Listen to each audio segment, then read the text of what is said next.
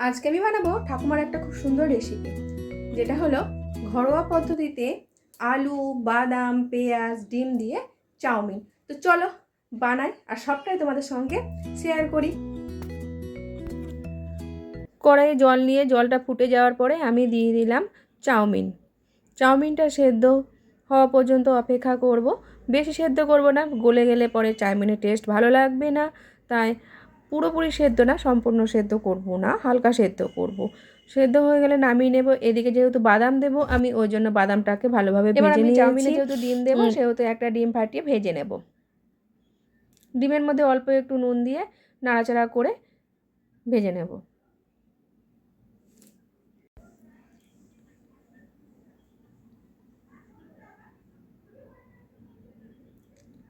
ডিমটা আমার ভাজা হয়ে গেছে, এবার চাউমিনটা আমি ছেঁকে তুলে নেব।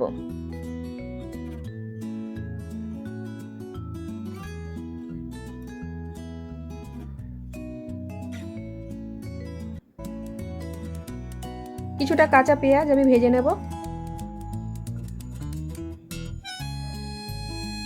পেঁয়াজটা থেকে হালকা কালার আসলে পরে আমি পেঁয়াজের মধ্যে দিয়ে দেব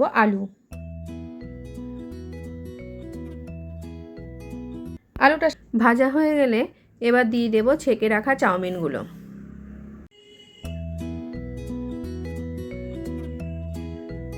আলু পেঁয়াজ সেদ্ধ হয়ে গেলে পরে, ভাজা হয়ে গেলে পরে আমি চাউমিনটা দেওয়ার পরে ডিম আর পেঁয়াজটা, বাদামটাও দিয়ে দেব।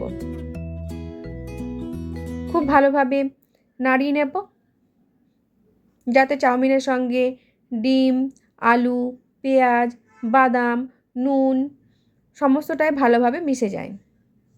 এভাবে কিছুক্ষণ নাড়াচাড়া করার পরে আমি নামিয়ে নেব। তৈরি হয়ে গেল আমার ঠাকুমার সুন্দর একটা রেসিপি, যেটা আমার ঠাকুমা খেতে খুব ভালোবাসতেন, এগ চাউমিন আলু পেঁয়াজ দিয়ে। তোমাদের যদি রেসিপিটা পছন্দ হয় তাহলে একবার বানিয়ে খেয়ে দেখতেই পারো, খুব ভালো লাগে। তৈরি হয়ে গেছে আমার চাউমিন, এবার আমি খেয়ে নেব। দেখা হচ্ছে ঠাকুমার অন্য কোনো রেসিপি নিয়ে। সকলে ভালো থেকো, সুস্থ থেকো, টাটা বাই।